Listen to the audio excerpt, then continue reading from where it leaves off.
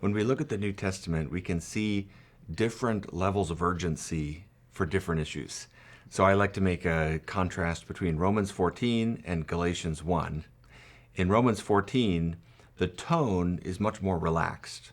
Paul is encouraging Christians not to quarrel over disputable matters. So certain food laws and so forth. Paul is saying this is not an area to judge one another, to separate. There needs to be more acceptance in your heart for one another. You can find some other similar passages like that. But the tone of Galatians 1 is very different. In Galatians 1, he's sort of saying, in effect, how dare you? Because the level of error in that passage that's being addressed is so severe. It's a denial of the gospel itself. And so one of the lessons we take from that is not every topic calls for the same sort of theological posture. There's a time to be more urgent in our theological disagreements and in our expressions of why a view is so concerning. But there's other times where we need much more patience. And so one of the needs we have today is what I call theological triage, which is where we try to rank different issues. And I think sometimes this is misunderstood, as though only some doctrines are important and some are unimportant. And that's really not the idea. It's more just that the scale of importance and the way it will play out practically is different. And so this is something that you find all throughout church history. Even theologians who take doctrine with the utmost seriousness can recognize there is a distinction between different doctrines, how they will play out. Even in the scripture, we could think of Jesus speaking of the weightier matters of the law, for example. So to put some texture onto this, we might think of some of the issues leading up to the second coming of Christ. How, this is a common area where Christians often disagree with each other. What is the rapture? When is it going to happen? What will it be like? How does that relate to other events like the millennium and the Great Tribulation and these things?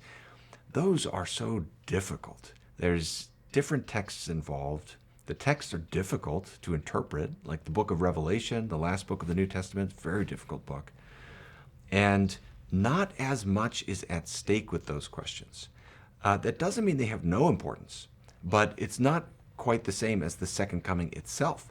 With the second coming itself, that is our hope. If we lose that, we lose everything. But if we're wrong on the nature of the rapture or something like that, that is not going to vitiate your whole Christian hope. And so making these kinds of distinctions isn't an act of compromise. This is actually an act of pastoral wisdom in how we shepherd the church. And I believe this, that one of the greatest needs in the church today is more wisdom to think through issues of theological triage. And what are those issues that are right there at the heart of the gospel? The second coming would be one of those. If we deny the second coming, the consequences are disastrous to that.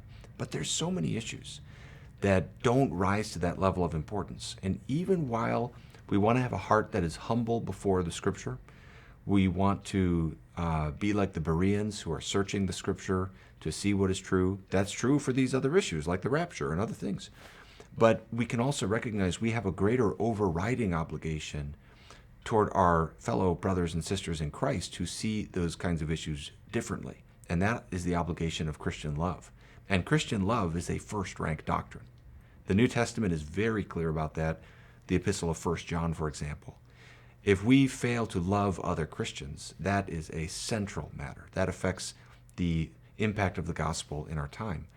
So it's not that doctrines don't matter. It's that on these secondary or tertiary doctrines, I like to have a couple of different buckets to try to put them in. The differences don't override the obligation of Christian love and Christian unity. And so there's going to be lots of issues where what we want to try to do is draw a church's statement of faith and what is required for membership more around the primary issues and less around the tertiary issues, because then we're unnecessarily dividing the body of Christ.